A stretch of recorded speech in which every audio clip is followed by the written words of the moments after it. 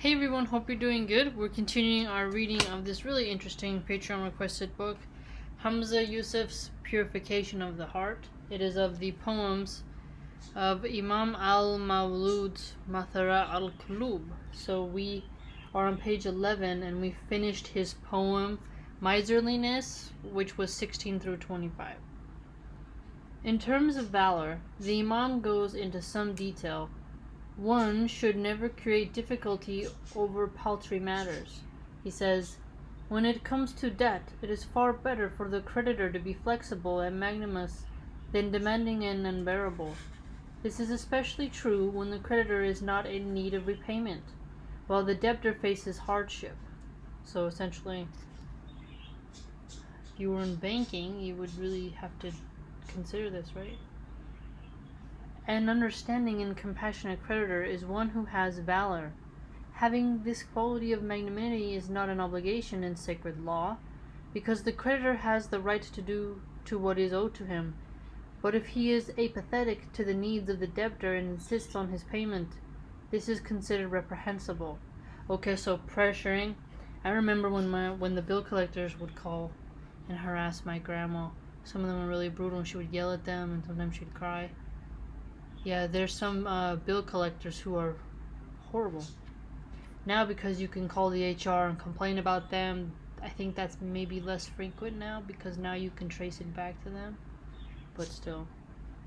An Islamic ethic for the wealthy is that they exude magnanimity, generosity, and the demeanor of lenience. A hadith recounts that a wealthy individual would instruct his servants when collecting money on his behalf. If the debtors do not have the means, seldom their debts are absolved. Well, you'd have to be careful so that doesn't get exploited though, right?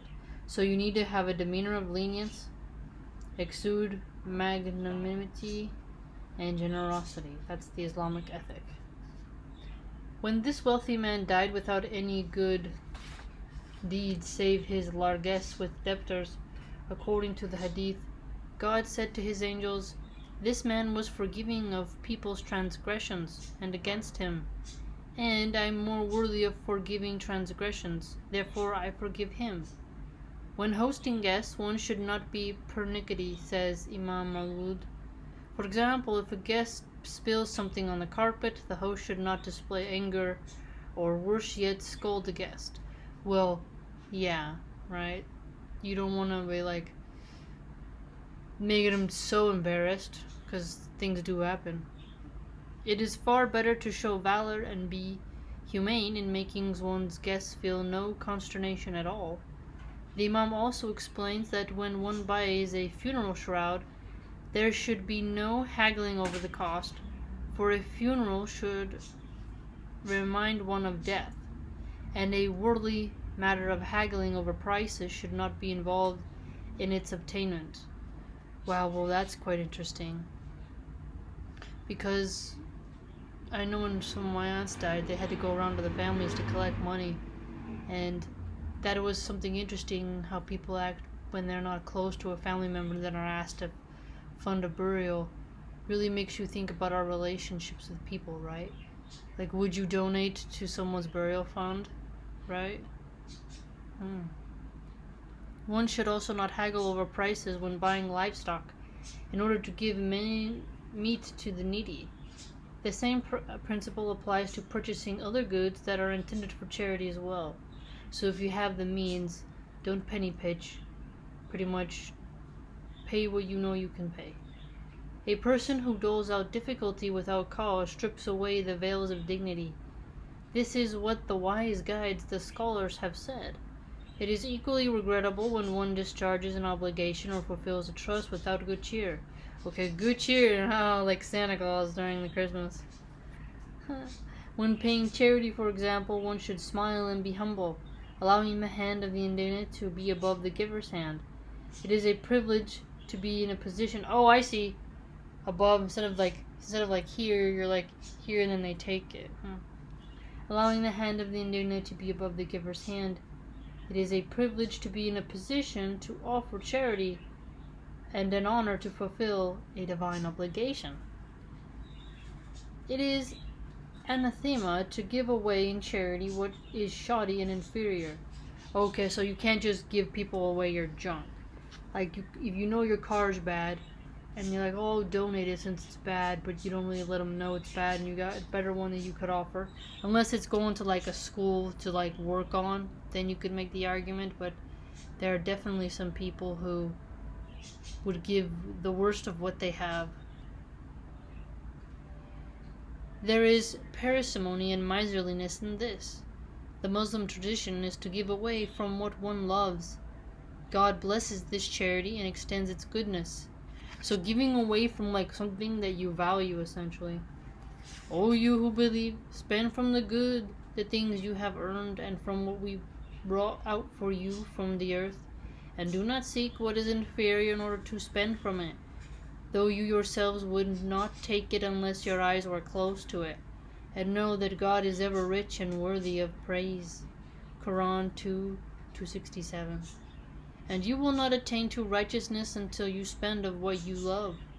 Quran 3:92. To spend from what you love. Indeed, right? Generosity is one of the highest virtues of Islam, and one of the manifest qualities of the Prophet, peace be upon him, who was known as the most generous of people. The word generosity used here is derived from the Arabic word karam, which also means nobility. Oh, cool. Karam. Oh, that's cool. So, I wonder if you could use it in a title. Oh, Karam, nickname, something, something. In fact, one of the most excellent names of God is al-Karim, the generous. That's right. It is better to go beyond the minimum of what the sacred law demands when giving charity. This generosity is an expression of gratitude to God, who is the provider of all wealth and provision. So, don't just do the bare bones every single time to really kind of push the envelope. The ideology of miserliness is love of the fleeting material aspects of this world. The miser ardently clings to his wealth and hoards it. The word for cling in Arabic is masak. Oh, cool, right? Which is derived from another Arabic word that means constipation. Oh my goodness. That's a good one. Miserly people are those who are unable to let go of something that otherwise poisons them.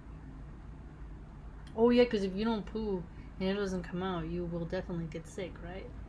So it's what's got to come out is what's got to come out. If you hold on to that money too long, it's going to change you. You're going to become more obsessed. Like Mr. Krabs on SpongeBob, right? The Prophet, peace be upon him, said, God has made what is excreted from the son of Adam a metaphor for the word dunya. When one is hungry, one seeks out food, eats, and is pleased.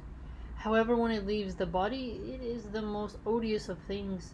Giving zakah is letting go of a portion of one's wealth to purify all of one's other assets and ultimately one's soul. Okay, so purification. So zakah is all from purification. It is possible that one's earnings may have some impurity in it, some doubtful source.